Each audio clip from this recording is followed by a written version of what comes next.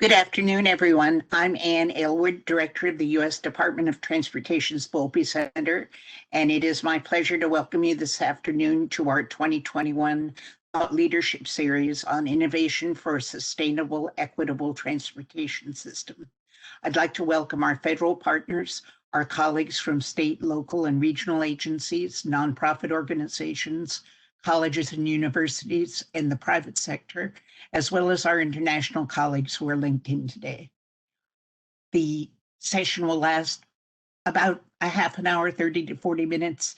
And following the Secretary's comments, we'll have a question and answer period. If you have questions, please include them in the chat box and we'll get to as many as we can. We're very happy to be convening such a great representation of the transportation enterprise. Today, it's an honor to have Secretary Pete Buttigieg and Dr. Robert Hampshire joining us. It's my pleasure to introduce Dr. Hampshire, who's Deputy Assistant Secretary for Research and Technology and Chief Science Officer to the U.S. Department of Transportation. In fact, he's the first Chief Science Officer appointed by the Secretary of Transportation in over 40 years. And as such, he serves as the principal advisor to the Secretary on science and technology issues. He's charged with ensuring the DOT's research, development, and technology programs are scientifically and technologically well-founded and conducted with integrity. And it is my great privilege to introduce him today, to introduce the Secretary. Robert. Excellent. Thank you, Ann. Thank you, everyone, for being here this afternoon. Like Ann mentioned, I'm the Deputy Assistant Secretary for Research and Technology and the new Chief Science Officer at USDOT. It's my honor to be here with you today and to introduce Secretary Buttigieg. For more than half a century, the Volpe Center has built a reputation for advancing transportation for the public good. Through this thought leadership speaker series, they bring in some of the most notable and influential voices in transportation to tackle new and emerging issues, challenges and opportunities, and provide fresh approaches to solving these complex problems. This year's series is no exception, as we have taken on wanting to tackle innovation for a sustainable, equitable transportation system.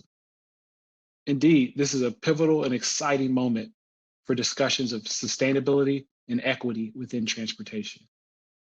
At the same time, we're also facing mounting challenges. Climate change is here and is a top priority. Our infrastructure is not as resilient to climate that we now face. Ensuring that we make the system more equitable for vulnerable and underserved populations is critical. Ultimately, building a more resilient network through scientific breakthroughs and engaged leadership. As the new Chief Science Officer, these topics are near and dear to my heart and very important to the strategic priorities for the Biden-Harris administration. As you no doubt know, these issues are close to the Secretary as well. He has shown a real commitment and passion to take on these issues. I know you're looking forward to hearing his remarks now, so I'm very pleased to introduce the 19th Secretary of Transportation, Pete Buttigieg. Over to you. Well, good afternoon, and thank you so much, Robert. We're so fortunate. I'm so glad to have you leading our research and technology work and to have you in the reestablished position as our lead science officer as well.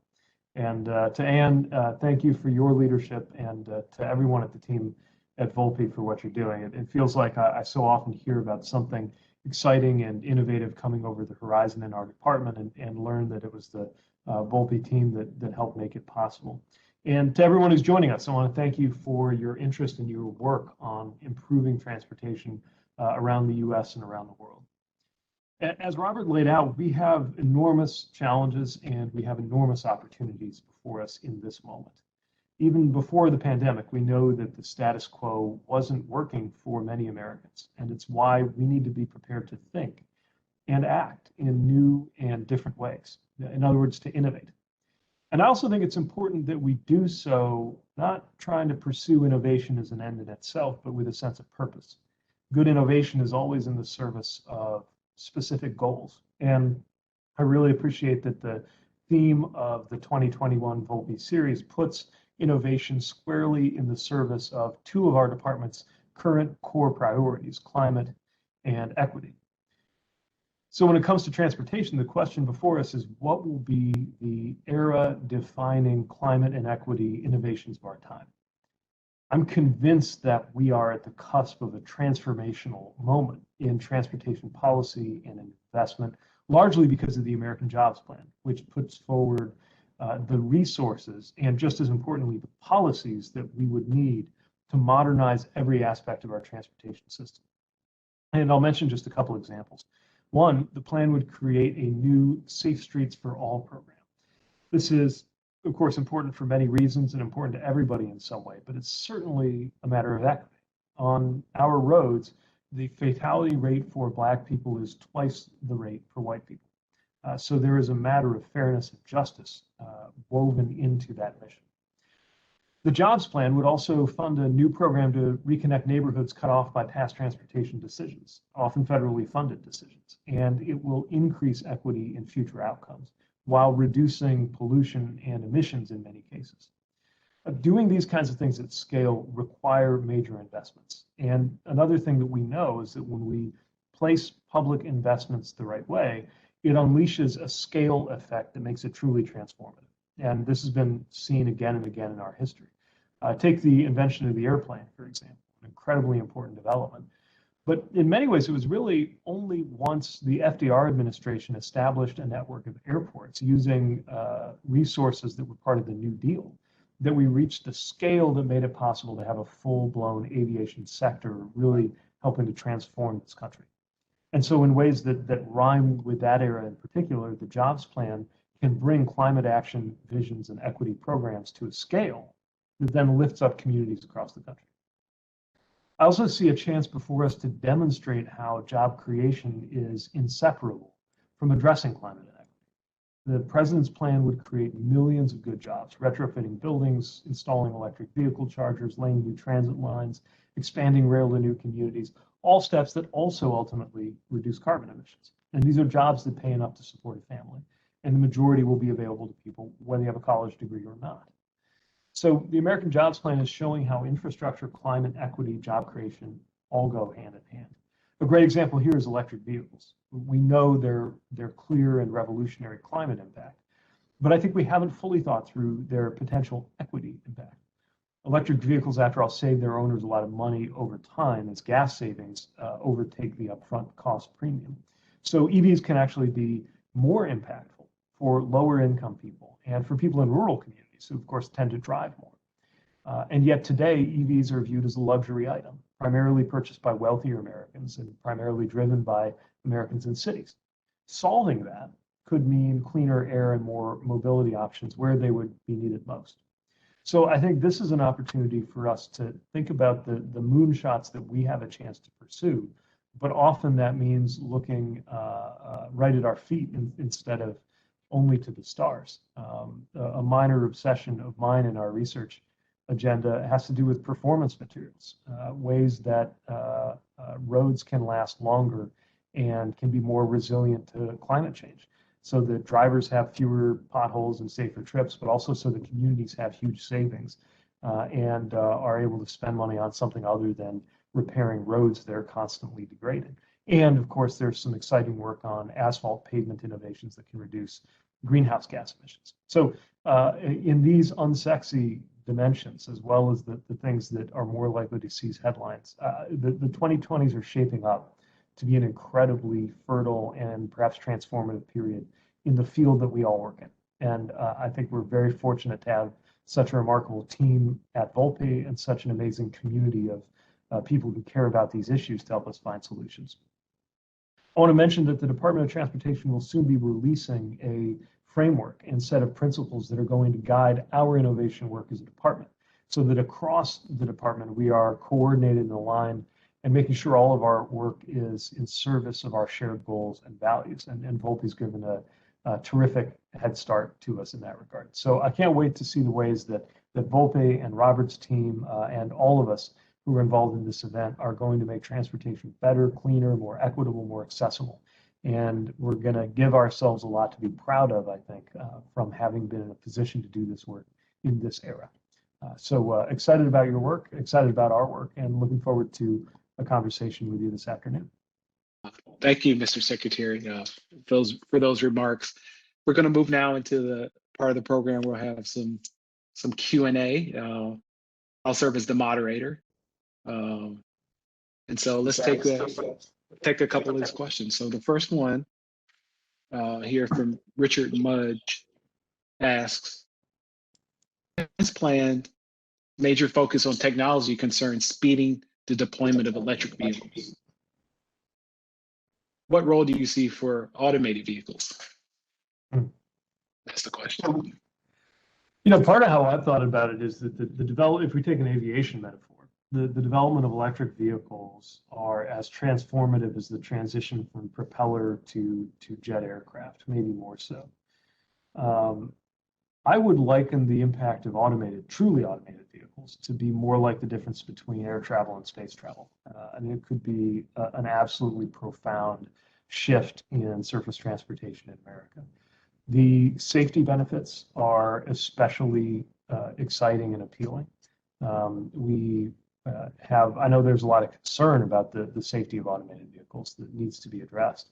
But obviously, human drivers haven't had the best track record, and so there's a huge potential, no matter how good we get at behavioral factors for human drivers in automated vehicles. I'm also very excited from a disability perspective, what it could mean, because it just transforms mobility for so many people. I'm excited from a land use perspective because widespread adoption of automated vehicles could mean a very different set of needs and expectations around surface parking in cities, which as a former mayor is something that I saw a lot of great ideas break down over. There's also some tremendous concerns, especially around emissions, actually. Even if we're talking about zero tailpipe emissions, cars still need energy, and AVs, frankly, are likely to mean more cars on the road. You just have one less reason not to drive because you don't have to drive. The car drives you, and that could lead to a proliferation of vehicles on the road. Could help with congestion in some ways because they can optimize their patterns, but the sheer numbers that it could put on the road, I think, are something to really be concerned about. And the jury's out on what this means economically, because it has, again, a set of exciting efficiency potential outcomes, but also it's not clear that the industry is fully ready for the idea of vehicles as a service rather than as something you own. It's exciting that we may be moving toward a world, partly because of automation, where a family's second most expensive possession, which is your house, is no longer this object that just sits there 94% of the time, but automated vehicles would kind of constantly be in motion. But we haven't really thought through all the ramifications of that. So all of these are exciting things that obviously need to inform our research and innovation agenda, from the just technical dimensions of this, how to make sure it's safe, how to optimize the movement of these vehicles. By the way, preparing for AVs is as much about smart roadways as it is smart vehicles. In fact, in many ways, it's really there that we want to begin so that we could establish kind of corridors where, at least on the commercial side, you could accelerate adoption. But I think we should be spending just as much time thinking about these second order effects. What's going to happen to land use, to families' travel patterns and commuting patterns, to the macroeconomic picture. And I know there's a lot of brain power on this call that can think about or has been thinking about that. And I'll be excited to pursue these things with you because even though I know the universal adoption of electric cars has been 6 or 7 years away for at least the last 10 years or so, I think it really is the case that the 2020s will mark a step change in the availability and the adoption of truly automated surface vehicle transportation. Okay, good. Thank you for that answer. I think these are really great questions coming in, so we could probably spend lots of time on each one of them. But we'll move on to the next one from Bob Watts from the audience. We're on the verge of a historic infrastructure bill that may finally include fixed year funding year over year for Amtrak. Will it include money for expanding the current system building out high-speed rail, and the much needed and much delayed north-south rail link in Boston. So as the question notes, we have a highway trust fund in this country. We have an airport trust fund in this country. We don't have that for rail, and this bill could be an opportunity to deal with that.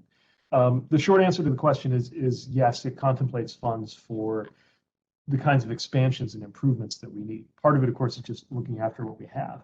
But the reason we set such an ambitious number, $80 billion for rail, is to make sure that we're able to really expand passenger rail options, making sure that we enhance what we have, making sure that we introduce new routes and introduce more places where true high speed can be put into effect. Now, candidly, this is not enough for a fully built out national high-speed rail network to happen overnight. It is enough to be able to demonstrate to a level we haven't yet done as a country just how good America could get and how much America could benefit from high-speed rail across some significant city pairs. And it's one of the reasons why I'm so excited, and one of the reasons why the president has been emphatic across these negotiations about the importance of looking after rail. I figured out early on that I'm only ever going to be the number 2 train enthusiast in this administration, but I work to make it a close second, and you'll see that reflected at every turn in the work we're doing on the jobs plan. Excellent. We have a next question about generational transformation, actually. So this is from Lily Louder from down in San Antonio, Texas. As the youngest Secretary of Transportation ever, what are your plans for engaging the next generation's youth and young adults in creating our transportation system of the future? Well, it's a great question. We need to recruit great, diverse, talented young people into transportation as an industry and into this place as a department. We've got a lot of, if you just look at the numbers and the demographics of our workforce, we've got a lot of openings in the coming years in the 55,000 some positions right here at USDOT. Not to mention a remarkable range of fields calling for people at every level of education and some really compelling work. I mean, I think a lot of us grew up with childhood fantasies of getting to work every day on anything from heavy construction equipment to aircraft. Many people in the transportation community in some way or another got to actually live that dream, as I feel that I'm doing as Secretary of Transportation. So I think the biggest thing we need to do is keep that spark alive in young people. Start early, start as early as grade school and middle school. Pay special attention to people who haven't always seen themselves reflected in transportation leadership. Reach out to students of color. Make sure women and girls understand their equal and equitable potential for leadership and success in these fields. And then thinking a little closer to the age cohort of people who are entering into the workforce, I think it's time for a new call to service to let people know that they could be part of these transformational things happening in the 2020s that we'll be proud of for the rest of our lives. I mean, some of the biggest challenges before our country, whether we're talking about justice and equity, certainly when we're talking about climate, depend on transportation. They depend on getting these things right. And so I know that future historians will romanticize the blocking and tackling we're doing right now in this field. And we should put people in touch with the excitement of that, invite them to be part of the solution. Yeah, I have to take this opportunity to just point out we had university transportation centers, 41 of them around the country, with 2 or 3 universities in the consortiums, and those UTCs have connections into high schools, middle schools, community colleges, and so there are activity about getting the next generation excited, engaged in designing the future of the transportation system. So next question we have from Heather Richardson. As a longtime renter, I have never felt that an electric vehicle is within reach because we park on the street. So she's a renter and has to park on the street. Is there a strategic plan to increase publicly available chargers, particularly that includes low cost for underserved populations? Yeah, it's a great question. And again, gets to this point that we can't have electric vehicles just be a luxury item, especially because the greatest cost savings would make the most to lower income Americans. So this is part of what we're trying to achieve in the jobs plan with the president's goal of installing a network of 500,000 electric vehicle chargers around the country. Look, there are some places where you wouldn't need policymakers to get involved. It'll be so profitable that companies will do it and are doing it already. But if you just left it to that side of the market, a lot of people would be underserved, which is why we know it's important, especially to hit scale and adoption, that we make these choices as a country and as an administration. That's why we're seeking to finance these things. And it is especially important in urban environments. Look, if you're in a rural area, it's actually a lot easier because you're much more likely to live in a detached house with a garage. You literally just plug it into the wall. Much more complicated for people renting in dense urban environments. But it can be done, both encouraging buildings and facilities and on-street parking to have these kinds of charging resources. So those are exactly the kinds of things we're looking at and teaming up with the Department of Energy to try to deliver. And we'll have the means to do it if we can get the jobs plan through Congress. Yeah, thanks for that. Having chargers available, but also parking has come up multiple times already as a key enabler for many things. Another question here. This one I'm going to read verbatim. Mr. Secretary, thank you for your time today and your service to our country.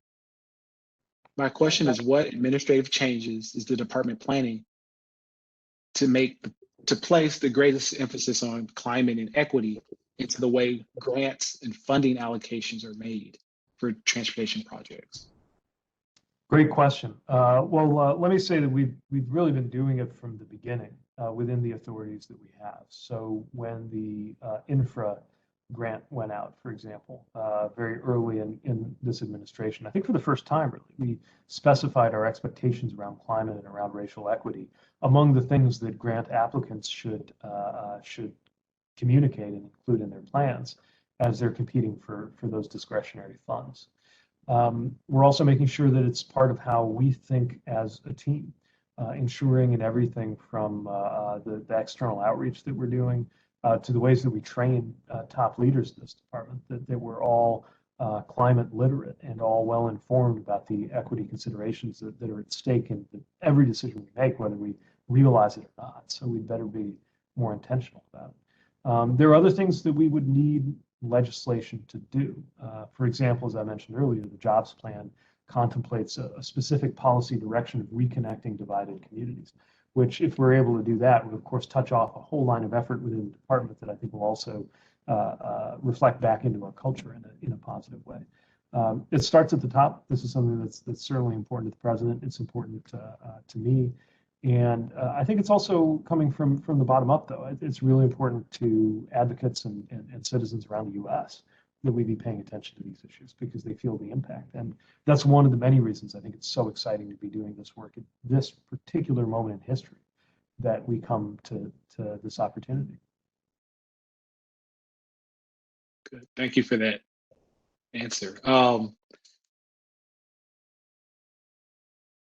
While the emphasis on converting the auto fleet to electric is an important step in reducing carbon emissions, but at the same time, we must reduce driving and the exposure of people walking, biking to vehicles, so vulnerable road users. Fatalities are trending upward, and it's an imperative for us to get those down. What priorities will the administration move forward to increase safety for people making trips, not by car, but by transit, walking, and biking? Yeah, this is another thing that I think is really important. And actually, I'll put the question back to you, Robert, afterwards, because I'd be interested in how some of our research agenda might bear on these multimodal opportunities in active transportation. But I'll tell you, from my perspective, this is one of the reasons why in the coverage of the jobs plan, for example, everybody's talking about the numbers, and the numbers are very important and they're very big. But just as important is what policies are attached to those numbers, right? We shouldn't be putting hundreds of billions of dollars into building infrastructure the exact same way we would have if this were 1970 instead of 2020. We know things, we know better than to do certain things the way we used to do them. And one of the things we know is that we should put the human being at the center of our transportation vision. In other words, vehicles should revolve around the needs of the human being and not the other way around. And that has to be reflected in the design of our roadways. It's why we believe in complete streets. It has to be reflected in the incentives that we create and our sense of what drives safety, which is why we have to pay attention to things like speed. It's why there has to be a lot of integrity in the resources available to encourage pedestrian and bicycle and other forms of mobility. And that's before you even get into the congestion climate implications. The safety implications alone compel us to do more and do better on this. Same with transit and rail. But it starts by making sure it's actually available. Well, and that does take resources. And it's why it's so important in our jobs plan and that vision. Yes, we need to make sure vehicles are greener, but we also need to make sure people have more alternatives to bringing a vehicle. You shouldn't have to drag 2 tons of metal with you everywhere you're going. And in too many of our communities, that's what you're compelled to do. Let me mention just one other thing, which is the importance of doing this work on an interagency basis. For the electric vehicles, they're only as green as the power going into them, which is why we work so closely with the Department of Energy and Secretary Granholm's team. Similarly, your ability to get from point A to point B depends an awful lot on where point A and B turn out to be. And that's why things like transit-oriented development and our partnership with Secretary Fudge and the department there is so important because HUD is doing a lot of work that can shape literally just the way our communities are formed, which then determines how much people need to move around before we even get to how people move around. And that can be half the battle. So all of these things are exquisitely interconnected. But I'll tell you, this is an administration that really encourages us to break across those silos to work these things. But I wonder, Robert, in your research agenda that you're leading, how you're seeing some of these opportunities to encourage active transportation or even just to deepen our knowledge about alternatives. I think you hit on quite a few of the points that we've been looking into as the department, be it from complete streets and really trying to make it more amenable to walk and bike, and what does that mean? But certainly, different cities and places have different needs as it relates to, walking, biking, and transit, and just being sensitive to that as well, to understand what are the set of alternatives for different land uses that make sense. And so, within FHWA, FTA, and others, there's research programs that, about complete streets.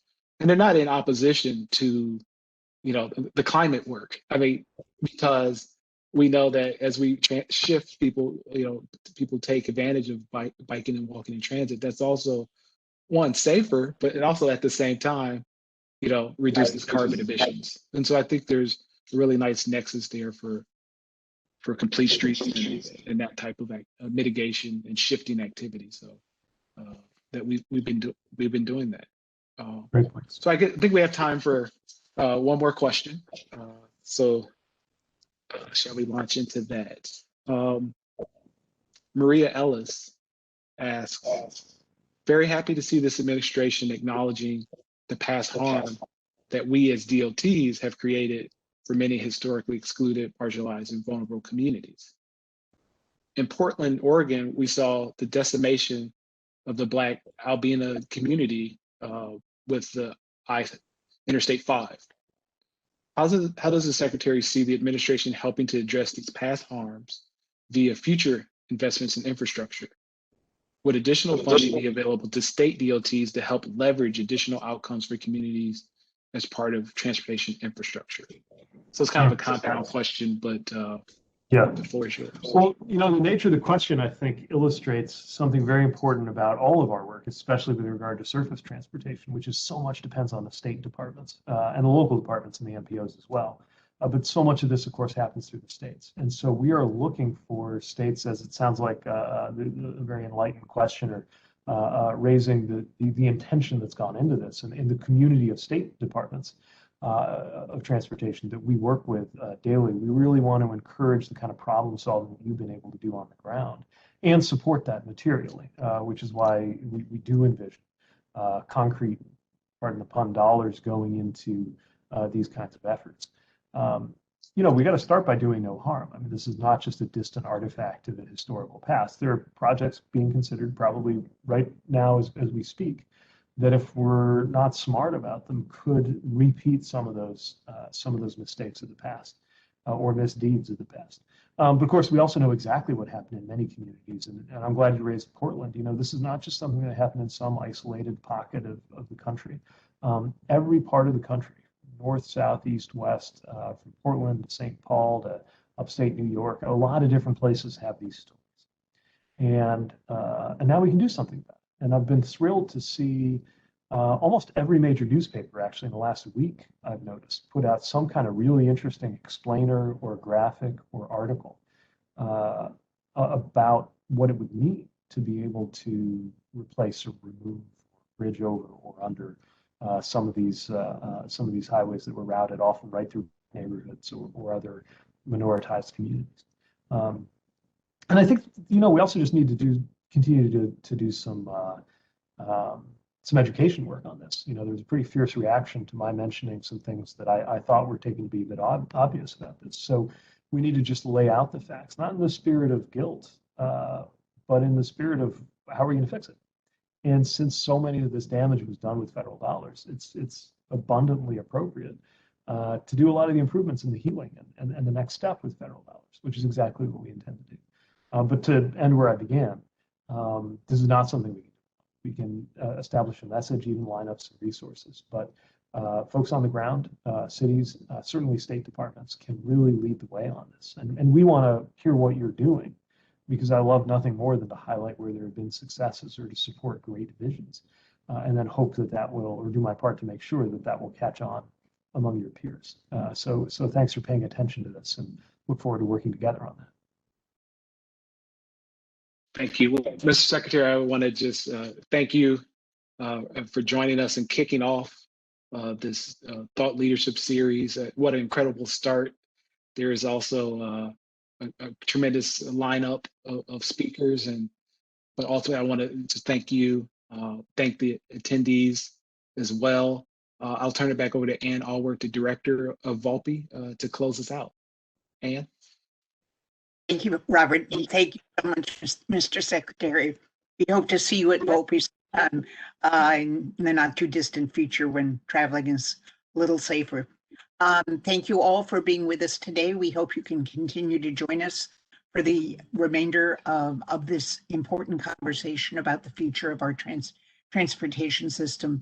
Most of the others will be at noon, not at 12:30, so just note that's a different time than when we started today. The next speaker will be next Tuesday, June 8th.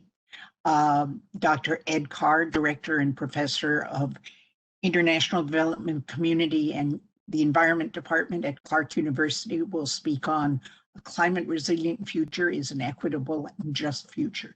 So we hope you can join us next Tuesday at noon, and have a great afternoon. Thank you all very much. Thank you.